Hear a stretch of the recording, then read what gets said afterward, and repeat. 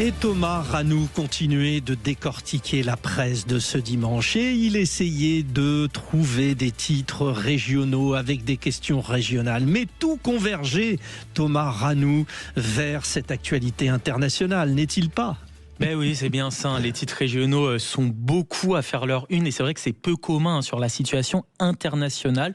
Entendez évidemment l'enlèvement du président vénézuélien Nicolás Maduro par les États-Unis. L'incroyable assaut de Caracas, titre la dépêche du dimanche.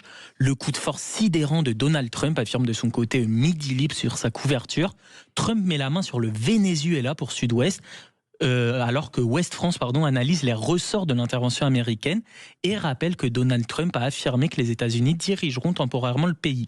Pour le quotidien, le président américain met en pratique sa vision du continent latino-américain transformé en précaré. Bon, cependant, le Midi Libre ne parle pas uniquement de la situation internationale, il se pose aussi la question dans ces pages, 10 ans après, les grandes régions sont-elles une réussite ? Bah oui, c'est ça, puisque ça fait maintenant un peu plus de 10 ans que la France métropolitaine est passée de 22 à 13 régions. Et Midi Libre se demande si ces grandes régions ont rempli leur mission.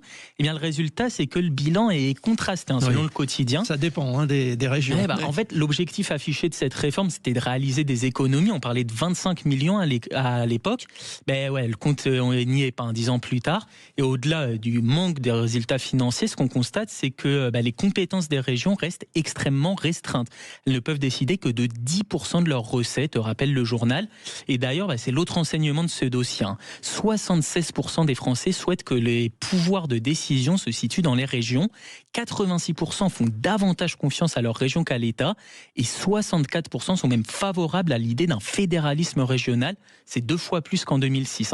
On voit là encore, Frédéric, à travers ces résultats, que comme souvent, les Français attachent une grande importance aux cultures régionales et à la proximité face à un parisianisme souvent jugé trop important. Il faut juste repenser certains contours de certaines régions parce qu'il y a des fois ça ressemble à rien. Je pense à l'Aquitaine, ceux du Nord et ceux du Sud sont pas au même endroit. Bon, faites vos jeux. Dans les pages de Ouest France, une interview politique à retrouver. C'est celle du ministre de l'Éducation, Édouard Geffray.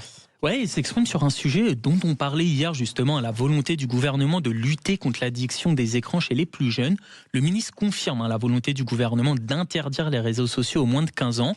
Plus un jeune passe de temps sur un écran, plus il est susceptible de développer des troubles anxio-dépressifs, affirme-t-il. L'autre grosse mesure que souhaite mettre en œuvre le gouvernement, c'est l'interdiction des téléphones portables dans les lycées. Une question de principe pour le ministre. Cette interdiction pourra se traduire par des casiers ou des phonebox à l'entrée des classes, même si l'objectif n'est pas, je cite, d'être derrière chaque élève, mais de faire reculer l'addiction aux écrans, tout simplement. Passionné de sport que vous êtes ne peut s'empêcher de faire la transition avec le journal des sports qui arrive. Oui. Et vous avez vu dans le Parisien le derby parisien. Oui, PSG-PFC. C'est ça, c'est même la première fois que les deux équipes se retrouvent depuis 1979. Paris vaut bien un derby, titre le Parisien, qui se satisfait d'une rencontre symbolique qui marque le début d'une nouvelle ère, celle donc de 2 clubs de la capitale en Ligue 1. Un derby, certes, mais aucune animosité ni rivalité sportive, rappelle cependant le journal. Mais au-delà de la symbolique, il faut tout de même rappeler que ce match revêt une importance capitale, particulièrement pour le PSG. Bien vu pour Capital, bien sûr. Oui, le jeu de mots. Oui. On le disait hier, vous vous en souvenez, le RC Lens est en tête avec provisoirement 4 points d'avance sur le club de la capitale. La victoire est donc impérative pour le PSG. Les 2 stades ne sont séparés que par une rue. C'est ça. Jean Bouin et le Parc des Princes. Merci Thomas Ranou.